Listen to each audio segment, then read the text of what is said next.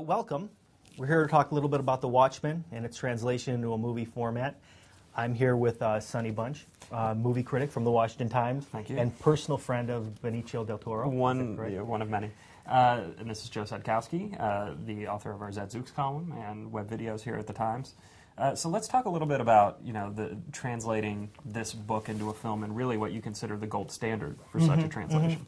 So, obviously, at least in my opinion, Rodriguez, when he set up Sin City with Frank Miller's, revolutionary kind of noir comic series, pretty much put in place something that was going to be very hard to duplicate. And I think we've seen that.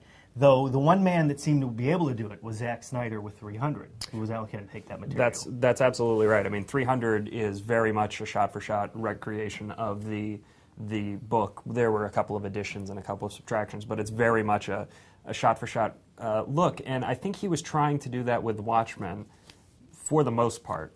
And I'm not sure that it works. I think that there are some structural problems with the book, some structural challenges with bringing that specific look to the screen that Snyder just wasn't able to overcome.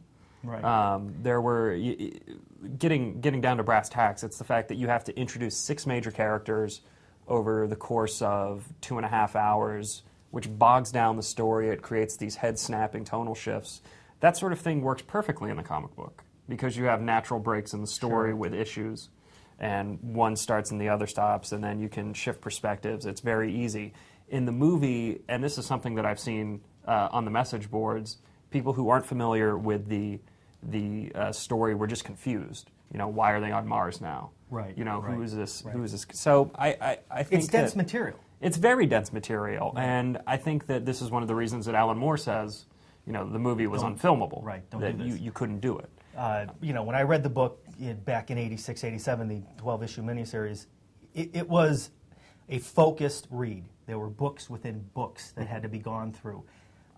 Very detailed, lots of dialogue, 5 to 10 hour process for me on some points. So I can see where even trying to do this, I agree with you in your review that, wouldn't it have been fun to have done an HBO miniseries or something and taken it to that level. Yeah. So that's what he's fighting to begin with. Right. Now, so why does he take that and then feel that he needs to inject a level of violence that even surpasses what Alan Moore was implying during many of the scenes, in his book? Well, Zack Snyder has an affinity for violence. I mean, as we see in 300 and his Dawn of the Dead remake, he loves showing just terrible things done to human bodies. And, that has its place. And I think it even works a little bit in this movie. I think that he needs to show something that Alan Moore never does, which is, how do these people who have no superpowers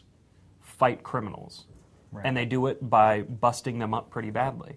Right. I mean, it's something that I think is necessary. It's maybe not necessary to the extent that he doesn't. And, one of the interesting things, actually, is despite all of his love of violence and his love of showing mayhem and carnage, let's look at one of the things that's missing from the movie that's in the book. It's that 8-page shot that opens up the last book from the miniseries, which is just destruction in New York City, bodies everywhere, carnage, That's right. Crazy people running around.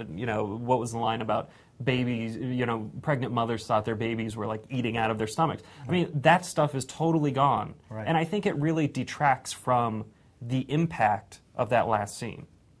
Right. It really detracts from the ending. But yet he's comfortable with, for example, Rorschach's origins in the book.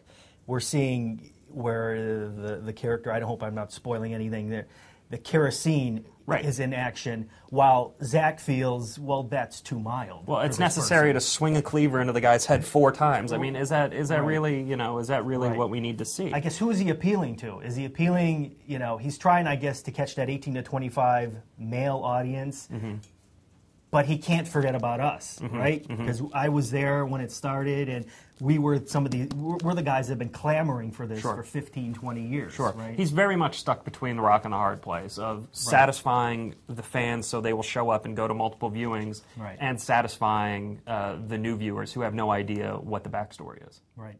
So.